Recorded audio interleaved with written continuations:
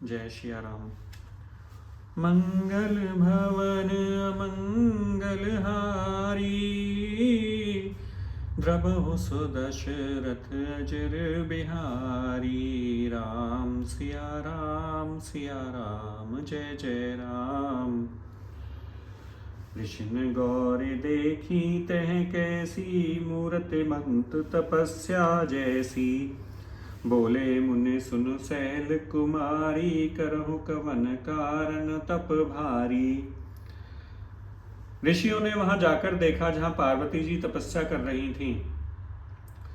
मानो मूर्तिमान तपस्या ही हो। मुनि बोले, हे शैल कुमारी, सुनो, तुम किस लिए इतना कठोर तप कर रही हो। किहि अवराध हो कहा तुम चेहू, हम सन सत्य मरम किन कहूँ। कहत वचन मनु अति सकुचाई, हंसे हूँ सुने हमारे जड़ताई। तुम किसकी आराधना करती हो और क्या चाहती हो, हमसे अपना सच्चा भेद क्यों नहीं कहती। पार्वती ने कहा, बात कहते हुए मन सकुचाता है, आप लोग मेरी मूर्खता सुनकर हंसेंगे। मनोहट परा न सुनई सिखावा, चहत बारे पर भीति उठावा। नारद कहा सत्य सोई जाना, बिनु पंखन हम चढ़ई उड़ाना। मन ने हठ पकड़ लिया और वह उपदेश नहीं सुनता और जल पर दीवाल उठाना चाहता है। नारद जी ने जो कह दिया उसे सत्य जानकर मैं बिना ही पंख के उड़ना चाहती हूँ। देखहूँ मुनि अविवेक हमारा, चाहिए सदा से वहीं भर तारा। हे मुनियों, आप मेरा अज्ञान तो देखिए कि मैं सदा शिव जी को ही अपना पति बनाना चाहती हूँ। सुनत वचन बेसे ऋषय गिरि संभव तब देह, नारद कर उपदेश सुने कहु बसेउ गिस गेह। पार्वती जी की बात सुनते ही ऋषि लोग हंस पड़े और बोले, तुम्हारा शरीर पर्वत से ही तो उत्पन्न हुआ है, भला कहो तो नारद का उपदेश सुनकर आज तक किसका घर बसा है। दक्षु सुतन उपदेश नि जाई, तिन फिर भवन न देखा आई। चित्रकेतु कर घर उन घाला, कनक कसिप कर पुण्य असहाला। उन्होंने जाकर दक्ष के पुत्रों को उपदेश दिया, जिससे उन्होंने फिर लौटकर घर का मुंह भी नहीं देखा। चित्रकेतु के घर को नारद जी ने ही चौपट किया। फिर यही हाल हिरण्यकश्यप का भी हुआ। नारद सिख जे सुनहि नर नारी, अवश्य होहि तज भवन भिखारी। मन कपटी तन सज्जन चीन्हा, आप सरस सब ही चह कीन्हा।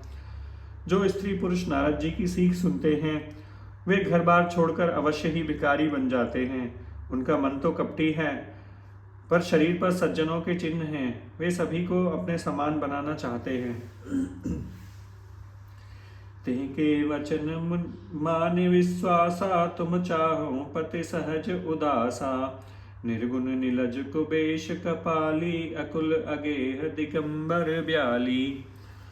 उनके वचनों पर विश्वास मानकर तुम ऐसा पति चाहती हो जो स्वभाव से ही उदासीन, गुणहीन, निर्लज, बुरे वेश वाला, नरकपालों की माला पहनने वाला, कुलहीन, बिना घर का, नंगा और शरीर पर सांपों को लपेटे रखने वाला है।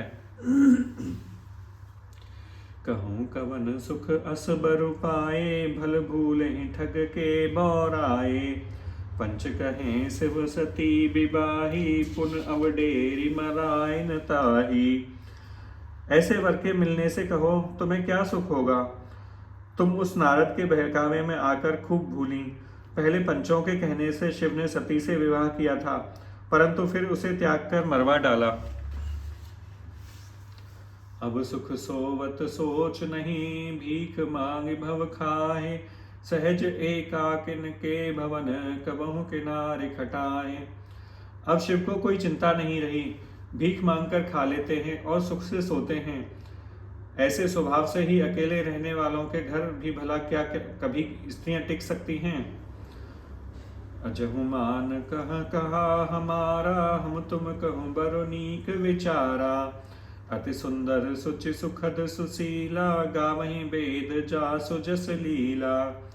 अब भी हमारा कहना मानो, हमने तुम्हारे लिए अच्छा वर विचारा है। वह बहुत ही सुंदर, पवित्र, सुखदायक और सुशील है, जिसका यश और लीला वेद गाते हैं। दूषण रहित सकल गुण राशि, श्रीपतिपुर बैकुंठ निवासी। असबर तुम ही मिलाव आनी, सुनत बेहस कह बचन भवानी। वह दोषों से रहित सारे सद्गुणों की राशि, लक्ष्मी का स्वामी और वैकुंठपुरी का रहने वाला है। हम ऐसे वर को लाकर तुमसे मिला देंगे। यह सुनते ही पार्वती जी हंसकर बोली, सत्य कहु गिरि भव तनु एहा, हठ न छूट छूटे बरु देहा। कनकहु पुनि पशान ते होई, जानेउ सहज न परिहर सोई। आपने यह सत्य ही कहा कि मेरा यह शरीर पर्वत से उत्पन्न हुआ है, इसलिए हठ नहीं छूटेगा।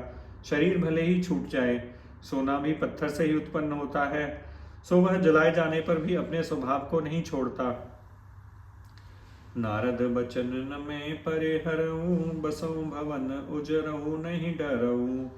गुर के वचन प्रतीत न जेहि, सपने सुगम न सुख सिद्ध तेहि।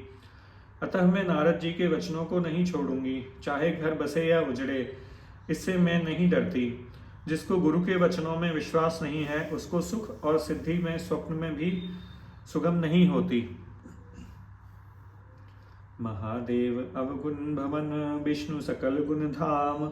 जेहि कर मन राम, जाहि सन तेहि सन काम।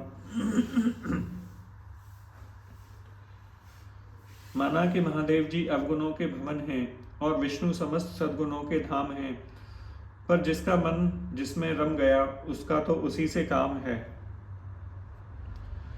जो तुम मिलते हो प्रथम मुनीसा, सुनितु सिख तुम्हारे धरे सीसा। अब मैं जन्म संबोहित हारा, को गण दूषण करे विचारा। हे मुनीश्वरों, यदि आप पहले मिलते तो मैं आपका उपदेश सिर माथे पर रखकर सुनती, परंतु अब तो मैं अपना जन्म शिव जी के लिए हार चुकी हूँ, फिर गुण दोषों का विचार कौन करे। जो तुमरे हठ हृदय विशेषी, रही न जाय बिनु किए बरेशी। तो कौतिकन आलस नाही, बर कन्या अनेक जग माही।